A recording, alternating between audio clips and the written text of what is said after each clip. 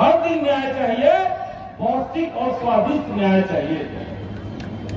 और ये जो न्याय यात्रा निकला, जिसमें समाज के हर तबके को न्याय मिले, एक ऐसा बिहार हो जहां पे हर भूमिहीन को 5 फीसदी जमीन मिले, कच्चे मकान वाले गरीबों को पक्का मकान मिले, और सरकार की घोषणा जिन गरीबों के लिए हुई है उनको 2 लाख रुपए मिले।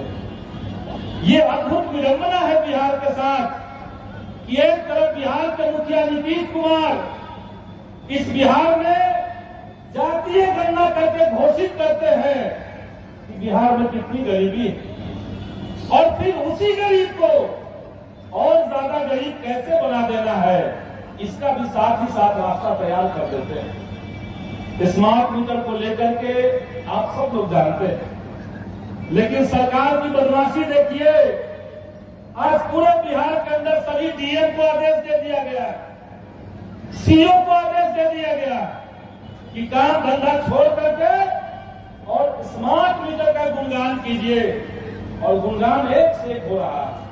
लेकिन हकीकत है कि पहले जिस गरीब को अपने यहाँ 1 महीने का जितना बिजली बिल देना पड़ता था, उतने का रिचार्ज करने पर 1 सप्ताह में खत्म हो जा रहा है, और ये पूरे बिहार के साथ हो रहा है। इसीलिए हम सरकार से कहेंगे कि भाजपा वाले की जो पुरानी मांग है, तमाम बिहार वासियों को 200 यूनिट बिजली मुफ्त कीजिए, वो आपको करना पड़ेगा। स्मार्ट मीटर हटाना पड़ेगा, वरना 2025 में बिहार की जनता आपको छोड़ने वाली नहीं है, आपको गद्दी से हटा करके हम लोग मानेंगे। साथियों, और भी तमाम सवाल। इस यात्रा में जब हम लोगों ने नालंदा से यात्रा शुरू किया, बिहार शरीफ से होते हुए नालंदा के 5 प्रखंड, उसके बाद जहानाबाद के 3 प्रखंड, उसके बाद हम लोग मसौली पहुंचे और फिर पालीगंज और दुल्हिन बाजार का इलाका में गए। जनता के बीच एक और मांग है, और वो मांग है सामाजिक कल्याण पेंशन। गरीब बुजुर्गों का, विधवा महिलाओं का, विकलांगों का एक बड़ा सहारा होता है सामाजिक कल्याण पेंशन। लेकिन इस महंगाई के दौर में आप देखिए कि सरकार न जाने कितने दशक से इस महंगाई, इस पेंशन योजना को केवल 400 करके रखा हुआ है। सदन के अंदर माले ने इसको उठाया, और इस बार न्याय यात्रा में पूरे बिहार के भीतर एक सवाल हम लोगों ने बना दिया है कि आने वाले दिनों में इस सरकार को सामाजिक कल्याण पेंशन को बढ़ा करके 3000 रुपए करना पड़ेगा, वरना माले चैन से बैठने नहीं जा रहा। तो ऐसे तमाम मुद्दे जो जनता से जुड़े हुए हैं उसको हम लोगों ने उठाया।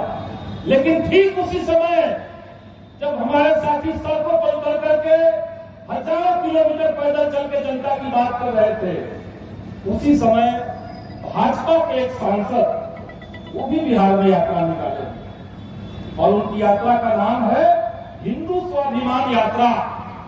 हम गिरिराज सिंह से पूछना चाहते हैं कि उस हिंदू का, उस दलित का, उस गरीब का क्या स्वाभिमान आप आंकते हैं, जिनके पास घर के लिए जमीन नहीं है, जिनके पास मकान नहीं है, जिसके बाल बच्चे स्कूल नहीं जा पाते हैं, जिनके बाल बच्चों के पास कोई रोजगार नहीं है, इसका कौन सा स्वाभिमान है?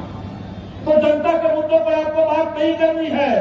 आपको लगता है कि बिहार में सस्ती राजनीति है, हिंदू मुसलमानों के बीच में तनाव पैदा कर लीजिए।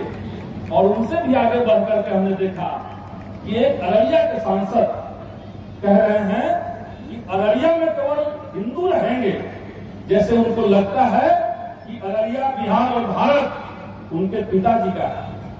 उनको हम बताना चाहते हैं कि इस हिंदुस्तान को आजाद करवाने में इस देश के और हिंदू मुसलमानों ने साझी शहादत दी है, और इसीलिए संविधान के खिलाफ में जाकर के कोई बयानबाजी, किसी तरह का विभाजनकारी बयान भाजपा वाले बर्दाश्त नहीं करेगा, ईंट से ईंट बजा देगा।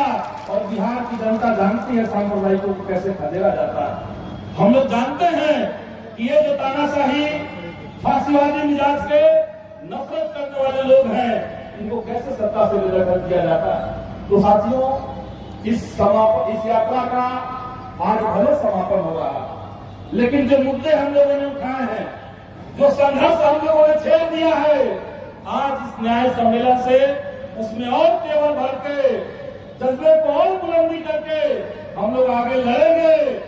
या तो सरकार हमारी बात सुनेगी या 2025 में बिहार की जनता इनको सत्ता से खदेड़ करके दम लेगी। इसी अपील के साथ, इसी शुभकामना के साथ मैं अपनी बात खत्म करूंगा। सभी साथियों का बहुत बहुत धन्यवाद। इंकलाब जिंदाबाद, भाजपा वाले जिंदाबाद।